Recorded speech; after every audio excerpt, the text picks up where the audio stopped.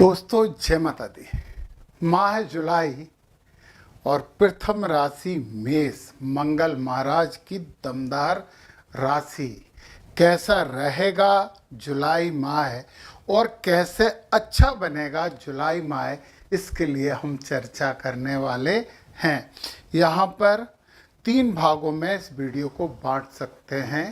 पहला संक्षिप्त माहफल, दूसरा ग्रह गोचरीय व्यवस्था और तत्वों का संतुलन, और तीसरा नक्षत्रगत उपाय।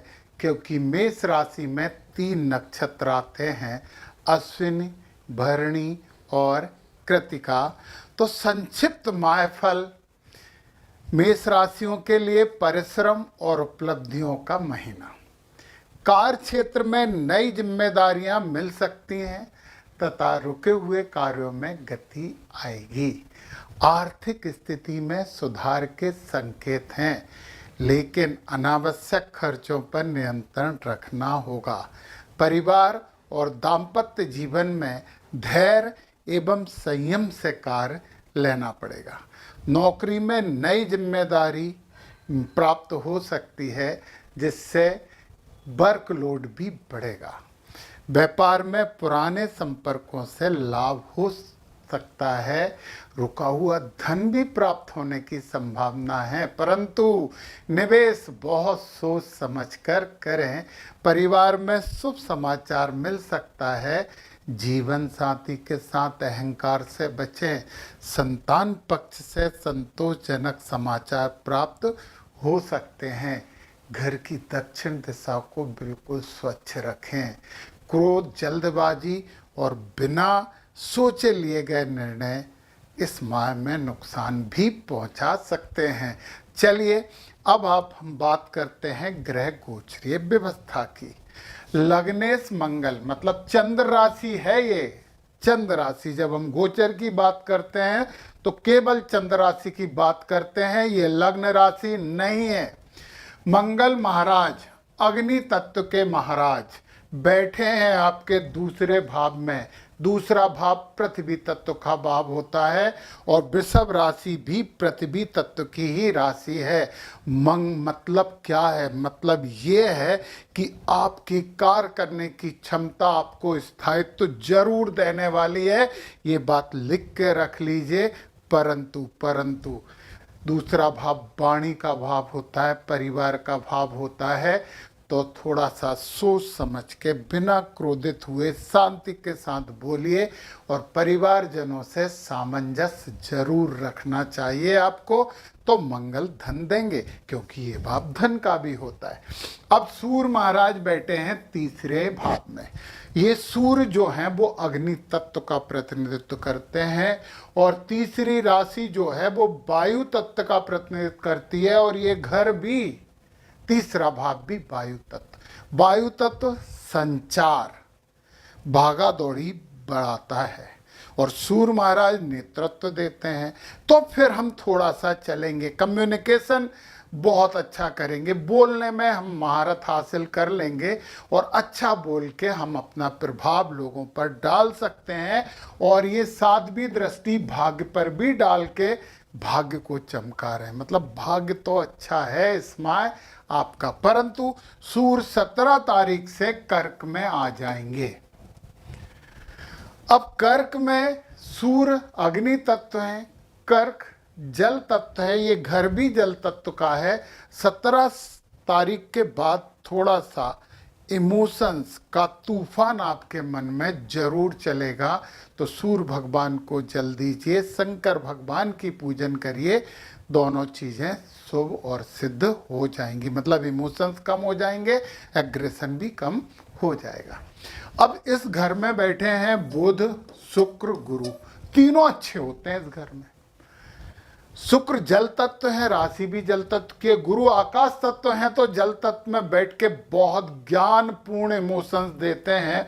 और बुध पृथ्वी तत्व हैं जो जल तत्व में है, तो जो इमोशनल स्टॉर्म चल रहा है, तूफान चलता है, उसे बुद्धिमत्ता पूर्ण दिशा देने वाले हैं। बुध महाराज बकरी हैं और ज़्यादा प्रभाव डालेंगे। ये घर अच्छा है जब तक सूर्य यहाँ पे नहीं आते, परंतु फिर भी गुरु यहाँ रहेंगे तो ज़्यादा समस्या नहीं है, शांति महसूस कर सकते हो। अब क्या होगा, शुक्र 4 से इस घर में आके और अच्छे हो जाएंगे। 5वें घर में शुक्र, थोड़ा सा प्रेम प्यार ये सब आपके मन में आएगा, भौतिकता के प्रति आकर्षण बढ़ेगा, ये सब चीज़ें आएंगी। थोड़ी सी सावधानी वरना सिंह राशि में आ रहा है, ये अग्नि तत्व की राशि है और ये घर भी अग्नि तत्व का, तो एग्रेसिवली प्रेम प्यार कोई अच्छा नहीं होता है। भौतिकता के लिए भी अग्रेशन के साथ काम करना अच्छा नहीं होता, परंतु फिर भी शुक्र यहाँ पे आनंद तो देते ही देते हैं, तो अच्छे हो जाएंगे। बुध यहाँ पे 7 से मिथुन में चले जाएंगे, बुध यहाँ और अच्छे हैं। कम्युनिकेशन में बुद्धिमत्ता आ जाएगी तो लोगों पे और प्रभाव पड़ेगा, बहुत अच्छा है। गुरु तो यहाँ बैठे ही हैं। अब गुरु 1 2 3 4 5 भी दृष्टि डाल रहे हैं आपके गूढ़ विद्याओं वाले भाव पे, पीड़ा वाले भाव पे, वो संपत्ति जो आपने नई कमाई है उसके भाव से अच्छा कर रहे हैं। गूढ़ विद्या समझ लो, कुछ रिसर्च मिसर्च के काम कर लो, इंश्योरेंस के क्षेत्र में है तो बहुत प्रगति आप करोगे ही करोगे। गुरु की 7वीं दृष्टि यहाँ डल रही है, कर्म भाव में आपको जिम्मेदारी के साथ ज्ञान के साथ प्रवेश करवा रहे हैं गुरु महाराज, बहुत अच्छी बात है। और फिर नवी दृष्टि डाल रहे हैं 12वें भाव पे, ये सबसे शुभ दृष्टि है। क्यों है? क्योंकि यहाँ शनि बैठ के आप पे 7.5 तो चला ही रहे थे, परंतु शनि बैठे हैं मीन राशि में, ये भी गुरु की राशि है। मीन राशि जल तत्व की राशि होती है, 12वां भाव भी जल तत्व होता है और शनि महाराज वायु तत्व होते हैं। स्थिर वायु और जल तत्व का संतुलन अच्छा होता है। और जब गुरु महाराज वहाँ पे अपनी अमृतमय दृष्टि से देखेंगे तो शनि को बिल्कुल शुभ कर देंगे।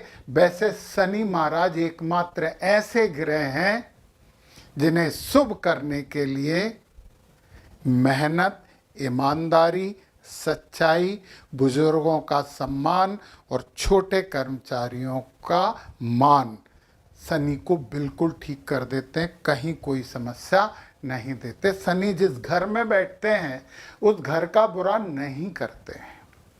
12वें भाव में है, खर्चे नहीं बढ़ाएंगे, परंतु विदेशों से संबंध स्थापित करवा सकते हैं तो करिए। परंतु शनि की दृष्टियां वो कहती हैं कि ये है अलर्ट आपके जीवन का, सावधानी। पहली दृष्टि जो तीसरी दृष्टि है ये धन भाव, कुटुंब भाव और या मंगल पहले से ही बैठे हैं, इस पे पड़ रही है। तो शनि महाराज की दृष्टि कर रही है, वाणी का प्रयोग बहुत सोच समझ कर करिए, परिवारजनों से अच्छे संबंध रखिए, परिवार में बुजुर्गों का सम्मान करिए, छोटों को प्यार दीजिए, तो शनि शुभ हैं। 7वीं दृष्टि यहाँ 6ठे भाव पे डाल रही है, सेवा का भाव है, सेवा भाव रखिए। देखिए सेवा 2 तरह की होती है, एक स्वार्थ की सेवा और एक निस्वार्थ सेवा। कुछ ना कुछ निस्वार्थ काम कर लीजिए, और किसी की भी सेवा कर रहे हैं तो उसमें अपना नाम आ जाए ये मत करिए, सेवा जैसे करिए। तो ये दृष्टि भी शनि की शुभ हो जाएगी। फिर 7 के बाद 8 9 10 ये भाग्य पे डाल रहे हैं दृष्टि, भाग्य पे सूर्य देख रहे हैं 17 तारीख तक। फिर शनि महाराज वो कहते हैं गुरुओं का सम्मान करिए, वो कहते हैं मंदिरों में जाकर मत्था टेकिए, यात्रा के साथ जा सकते हैं या अपने पास में जो मंदिर है उसमें जाइए, भाग्य को शनि नहीं बिगाड़ेंगे। ये बड़े उपाय हैं, कहाँ टोने टूट के उस सब में फंस गए आप। देखिए तेल दान फायदा देता है, लोहा दान फायदा देता है, पीपल पेड़ की सेवा फायदा देती है, परंतु इससे ज़्यादा फायदा देता है ईमानदारी से किया गया श्रम, बेईमानी से बचाव, बुजुर्गों का सम्मान और छोटे कर्मचारियों का मान। शनि को बिल्कुल ठीक करते हैं। न्यायाधीश हैं, रिश्वत से कम मानते हैं, ये पक्के कठोर न्यायाधीश हैं, तो शनि महाराज को ठीक कर लीजिए। अब बचे हैं केतु 5वें भाव में, और फिर यहाँ पे बुध और शुक्र दोनों ही आ रहे हैं। बुध और शुक्र तो इस भाव में बहुत अच्छे हैं, और बुध और शुक्र का लक्ष्मी नारायण योग भी होता है। कुछ संपत्ति वंपत्ति लेना हो तो ले लो, परंतु सोच समझ के खर्चा करना। बोला मैंने पहले ही, हाँ पहले ही बोला था आपसे। तो केतु यहाँ से क्या करवाएंगे, केतु बोलेंगे यार कि यदि तुम स्टूडेंट हो तो किसी कॉलेज में पढ़ रहे तो बोलेंगे यार ये ठीक नहीं है, दूसरा ले लो। कोचिंग जा रहा है तो उनका ये कोचिंग अच्छी नहीं है, वो माँ साहब ठीक नहीं पढ़ा रहे, दूसरी जगह चले जाओ। भटकाने की कोशिश करता है मन को। मत भटकना, गणेश जी की आराधना करना, सूर्य भगवान को जल चढ़ाओ और हनुमान जी की आराधना करिए, बहुत अच्छा माह होगा। और बचा हुआ काम कर लेंगे नक्षत्र, क्योंकि नक्षत्र जो होते हैं ना वो ग्रहों को गाइड करते हैं। यदि ग्रह अच्छे नक्षत्र में बैठा है, बुरे घर में भी अच्छा फल देता ही देता है। नक्षत्रों को समझना है, सर्वतोभद्र चक्र समझना है, पूरे चक्र समझना नक्षत्रों से रिलेटेड। नीचे डिस्क्रिप्शन में मेरे ऐप की लिंक है, डाउनलोड करके कोर्स ले सकते हो। फाइनेंस एस्ट्रोलॉजी नाम का कोर्स है जिसमें नक्षत्रों के बारे में एक एक जानकारी दी गई है। चलिए अब हम नक्षत्र की बात कर लें तो सबसे पहले हम बात करते हैं अश्विनी नक्षत्र और मेष राशि के जातकों की। पहला नक्षत्र है। अब देखिए जरा, सूर्य जो है ना यहां शुभ है, यहां शुभ है, परंतु जैसे ही पुनर्वसु में आएंगे 6 से 20, ये पुनर्वसु नक्षत्र जो है वो आपके लिए वध नक्षत्र है। यहाँ सूर्य अच्छा नहीं करेंगे, परंतु हमें अच्छा करवाना है।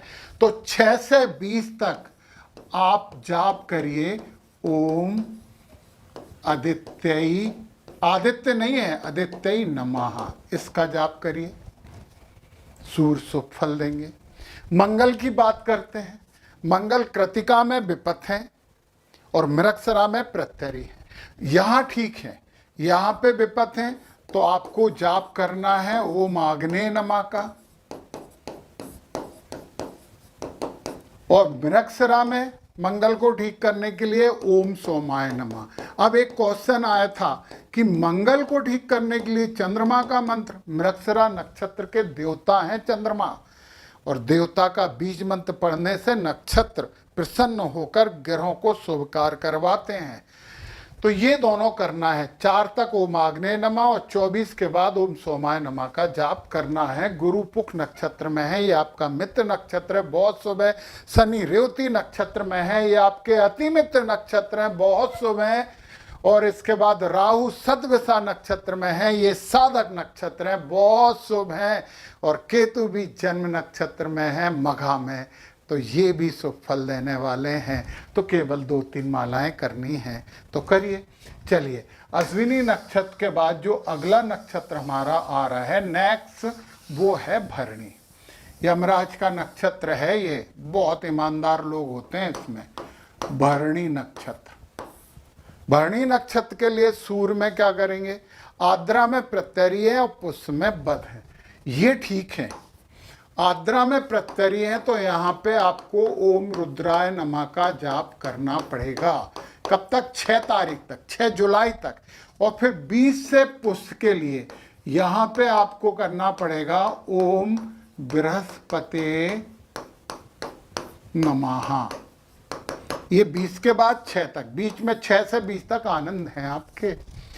फिर आपके मंगल महाराज देखें, मंगल केवल रोहिणी में विपत है, बाकी यहाँ अच्छे हैं और यहाँ अच्छे हैं। तो रोहिणी के लिए आपको करना चाहिए ओम प्रजापते नमः, रोहिणी नक्षत्र के देवता। चलिए गुरु महाराज पुष्य नक्षत्र में बैठे हैं और पुष्य नक्षत्र तो बध है, तो ये आपको गुरु महाराज के लिए पूरे माह ओम बृहस्पते नमः का जाप करना पड़ेगा, करना चाहिए, क्योंकि गुरु आकाश तत्व होते हैं, दूसरे तत्वों को संतुलित करते हैं। शनि तो रेवती नक्षत्र में है, मित्र नक्षत्र में है। राहु सदविषा नक्षत्र में है, ये प्रत्यरी हो गए। तो राहु के लिए आपको करना चाहिए पूरे माह ओम वरुणाय नमः, राहु शुभ फल देंगे। तो राहु भी बहुत धन देने वाले हैं।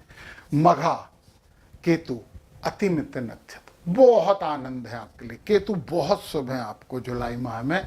चलिए ये तो हो गया भरणी में। अब हम बात कर लेते हैं कृतिका नक्षत्र की। चलिए कृतिका नक्षत्र के लिए क्या कह रहे हैं, नक्षत्र कृतिका नक्षत्र में सूर्य पुनर्वसु नक्षत्र में ही प्रत्यरी हैं, मतलब यहाँ पे प्रत्यरी हैं। ये अच्छा है और ये अच्छा है। तो पुनर्वसु नक्षत्र के लिए मैंने बताया ओम आदित्य नमः, इस मंत्र की जब माला करिए 6 से 20 तक बस। फिर इसके बाद मंगल मृगशिरा में आके विपत होंगे। ये अच्छे हैं, ये अच्छे हैं, यहाँ विपत होंगे। तो 24 जुलाई से आपको करना है ओम सोमाय नमः। फिर आपके गुरु पुख नक्षत्र में बैठे हैं, साधक हैं, शुभ हैं, बहुत अच्छे हैं। शनि रेवती नक्षत्र में है, ये बध नक्षत्र हो गया। शनि महाराज के लिए तो आपको पूरे माह और आगे भी करना पड़ेगा, आपको जाप करना पड़ेगा ओम पूखणे नमः। ये सा लिखा रहता परंतु खा बोलते हैं संस्कृत में। राहु सदभिषा नक्षत्र में है, क्षेम नक्षत्र, राहु आपके साथ हैं। केतु मघा नक्षत्र में है और ये मित्र नक्षत्र है, ये भी आपके लिए शुभ है। तो ये 2-2 माला, केवल 5-5, 10-10 मिनट की यदि मालाएं करके हमें लाभ मिल सकता है, क्योंकि प्रार्थना कभी खाली नहीं जाती। प्रार्थना में लगती है ऊर्जा, और हमारा विज्ञान कहता है energy can not be create nor be destroyed, मतलब ऊर्जा ना तो उत्पन्न होती ना नष्ट होती। जब प्रार्थना में ऊर्जा लगाओगे तो ऊर्जा मिलेगी आपको। Action there is equal and opposite reaction, हर क्रिया के विपरीत प्रतिक्रिया होती है। अच्छा माह बनाइए, बहुत अच्छा करिए। और एक और बात, नेगेटिविटी दूर करिए, क्योंकि नेगेटिविटी से सभी ग्रह बुरे फल देने लगते हैं। तो बी पॉजिटिव, सकारात्मक होकर बहुत लाभ लीजिए और अच्छा करिए। जय माता दी।